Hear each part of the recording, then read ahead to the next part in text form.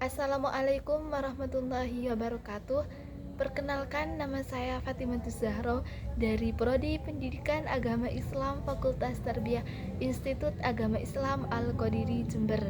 Di sini saya akan mempresentasikan pembahasan tentang lulusan pendidikan Islam dalam memasuki lapangan kerja, di mana untuk memenuhi tugas mata kuliah Kapita Selekta Pendidikan yang diampu oleh dosen Ustadz Fikri Farikin MPDI.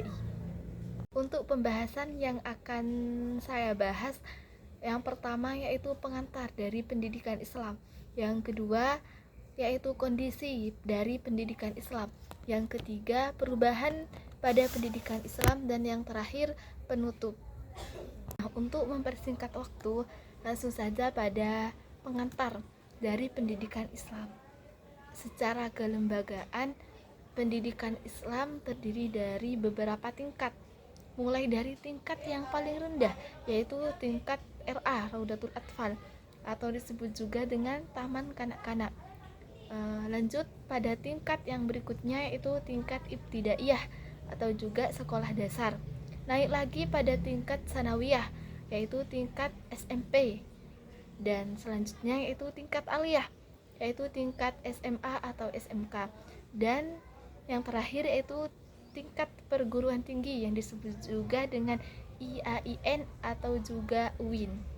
Nah, kesan masyarakat terhadap lulusan pendidikan Islam hingga saat ini pada umumnya mereka mencerminkan kesan terhadap pendidikan Islam tahun 50-an, yaitu bahwa lulusan pendidikan Islam ini hanya menguasai ilmu agama Islam saja, seperti pandai mengaji, beribadah, berakhlak mulia, dan mengurusi masalah-masalah keagamaan, seperti membaca Al-Quran, memimpin doa, dan lain sebagainya. Nah, tugas kita sebagai mahasiswa berupaya untuk menyadarkan masyarakat bahwa lulusan pendidikan Islam itu tidak hanya menguasai ilmu agama saja, tapi juga menguasai ilmu umum seperti ilmu matematika, ilmu sains, ilmu sosial, dan banyak masih ilmu yang lainnya yang juga dikuasai oleh para lulusan pendidikan Islam.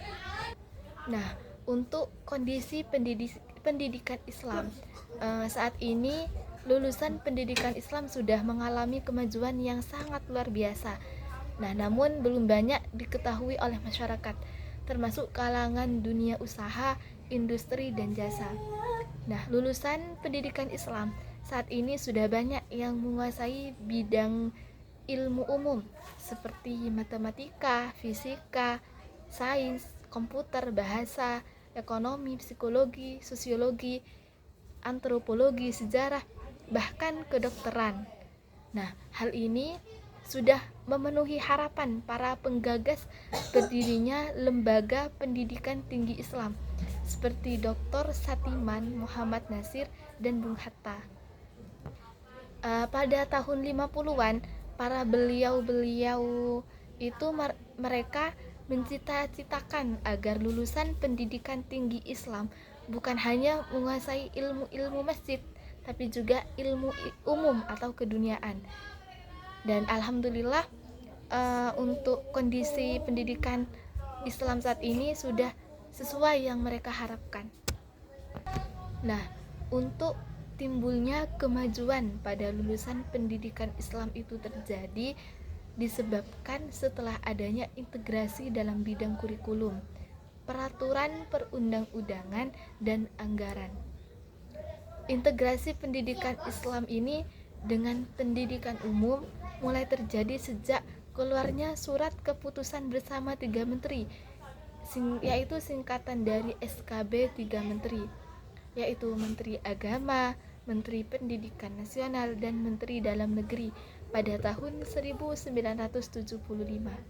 Nah, dalam SKB tersebut dinyatakan bahwa kurikulum madrasah mulai ibtidaiyah sampai aliyah harus memuat 70%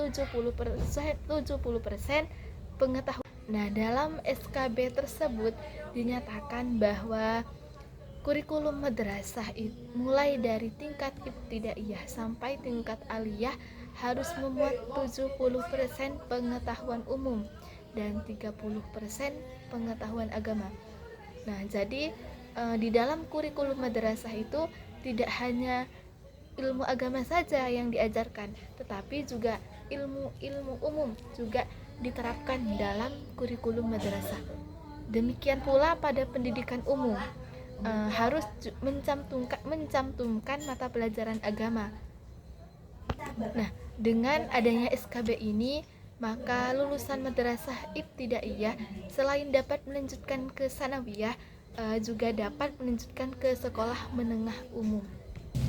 Nah, untuk kesimpulan dari pembahasan yang telah dipaparkan tadi, dapat dikemukakan bahwa sesungguhnya lulusan pendidikan Islam itu jauh lebih siap untuk memasuki lapangan kerja dibandingkan dengan lulusan pendidikan lainnya. Nah, hal ini antara lain disebabkan karena lulusan pendidikan Islam selain memiliki hard skill, mereka juga memiliki soft skill yang lebih kuat dibandingkan dengan lulusan lainnya. Bahkan beberapa perusahaan saat ini baik di dalam maupun di luar negeri sudah banyak yang lebih mengutamakan soft skill daripada hard skill. Hard skill jauh lebih mudah dibina daripada soft skill.